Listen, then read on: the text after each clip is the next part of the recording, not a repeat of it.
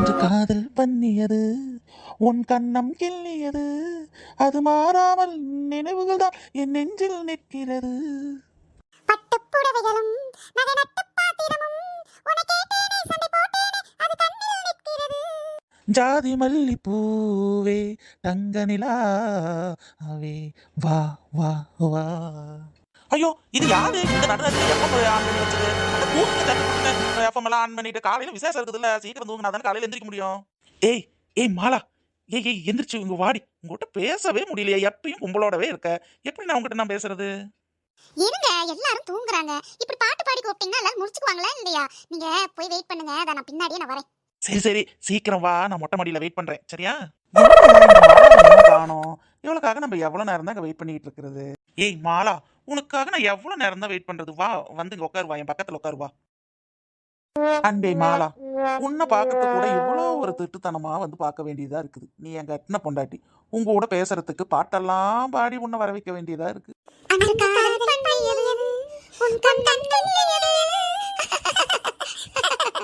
ஐயோ, இது யாரு நம்ம பாட்டுக்கு எச பாட்டு பாடுறது? ஐயோ, யாரோ நம்ம வந்து பேசிக்கிட்டு இருக்கிறத கண்டுபிடிச்சிட்டாங்க மாலா. நாங்க தான், பயப்படாதீங்க. உங்க எச பாட்டை கேட்டுதான் நாங்களும் முழிச்சு எழுந்து வந்தோம். நீங்க என்னதான் பண்றீங்கன்னு பார்க்கலான்னு. வாங்க வாங்க, உங்க காதல் ஸ்டோரிலாம் இன்னொரு நாளைக்கு கேட்கலாம். நேரமா போய் தூங்குனாதான் நாளைக்கு ஃபங்க்ஷன்ல உங்களுக்கு தூக்கம் வராது. ஏய் மாலதி, என்னடி நீ மட்டும் இருக்கற? அந்த பட்டுவ காணா, எங்க போயிட்டா? என்னாச்சு அவளுக்கு?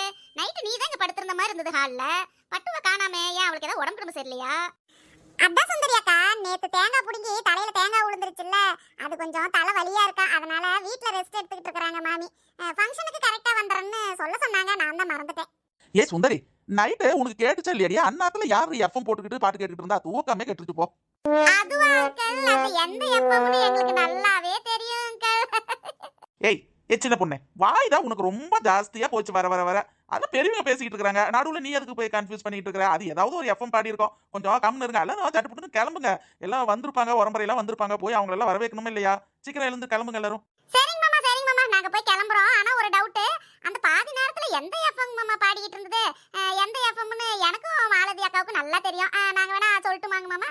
ஆமா, இப்படி அதமா பேசிக்கிட்டு இருப்பாமா. வாமா, சொந்தக்காரங்க எல்லாம் வந்திருப்பாங்க, நம்ம போய் அவங்கள போய் வரவேக்கலாம், வாங்கம்மா. ஓஹோ மாமா, எஸ்கேப் ஆவறீங்களா? அப்ப இன்னைக்கு நைட்டு என்ன எஃப்எம் பாடுதுன்னு பாத்துறலாமா? ஏய் வாளு, எதுக்குன்ற வேலை? அது எந்த எஃப்எம் பாடிட்டு போகுது? நீ வந்த வேலையை பாரு. நல்லா பந்தில தலவாழை இலைய போட்டு நல்ல கறி அள்ளி வைப்பாங்க, நல்லா மூக்க பிடிக்க தின்னுட்டு நாளைக்கு ஸ்கூல் லீவு போட்டுரு, சரியா? இதுதானே உன் பிளானு? டேய், ஏன்டா பட்டாபி, நீயும் அந்த சின்ன புள்ளைக்கு ஈக்குவலா நின்னு பேசிட்டு இருக்கற? அது என்னடி எஃப்எம்னுட்டு நீ உளறிட்டு இருக்கற?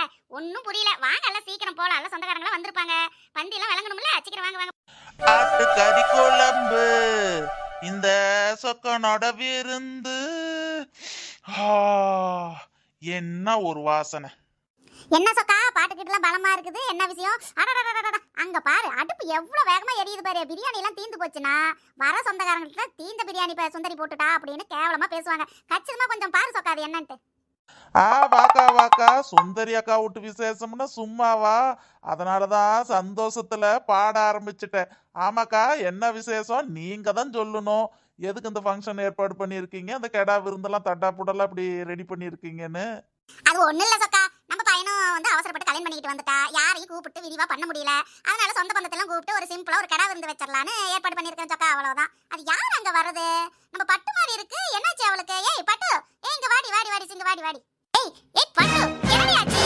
தலையில இவ்வளவு பெரிய கட்டு போட்டுருக்க, ஒரு வாய்க்கு சேர்த்து கட்டு போட்டு வந்திருக்க, என்னாச்சு? என்ன உனக்கு? அதுவா மாமி, வாயை வச்சிட்டு கம்முன்னு இருக்கணுமா இல்லையா? நேத்து தேங்காய் தலையில விழுந்து அடிபட்டு ஹாஸ்பிடலுக்கு போனோம். அங்க போய் டாக்டர் கிட்ட, டாக்டர் இப்படி புடைச்சிருக்கே, மூளைகையில வெளிய வந்திருக்குமான்னு கேட்டாங்க அந்த மாமி.